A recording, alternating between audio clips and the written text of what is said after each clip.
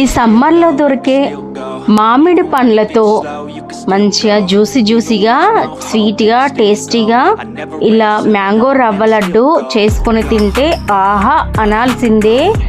Welcome to Teju vibes అండి. ఇలా చూడండి, ఇలా చూపిస్తున్నాను కదా, చాలా టేస్టీగా అండ్ హెల్దీ కూడా.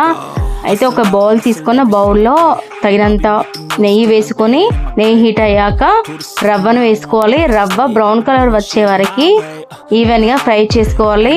ఈ వీడియోలో చూపిస్తున్న విధంగా రవ్వ వేగిన తర్వాత నెక్స్ట్ మ్యాంగోని ఒక 4 మ్యాంగోస్ని తీసుకున్నా, బాగా పండిన మ్యాంగోస్ని తీసుకొని తొక్క తీసుకొని ఓన్లీ పల్ప్ తీసుకొని మిక్సీ పట్టుకొని, ఆ మిక్సీ పట్టుకున్న మిశ్రమాన్ని వేయించుకున్న రవ్వలోకి యాడ్ చేసుకొని ఈవెన్గా స్ప్రెడ్ అవ్వాలి.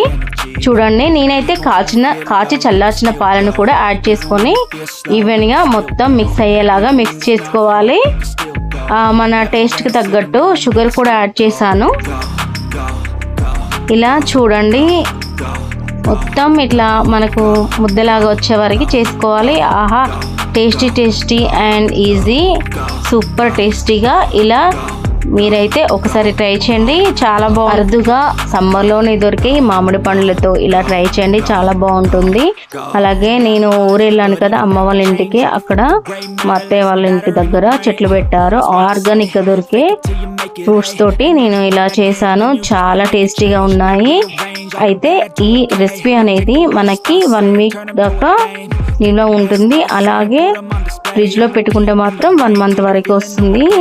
చాలా టేస్టీగా ఉంటుంది. నేను చేసే ప్రాసెస్లో ఒకసారి ట్రై చేయండి. మీకు నచ్చితే లైక్ చేయండి, షేర్ చేయండి, కామెంట్ బాక్స్లో కామెంట్ చేయండి. Thank you.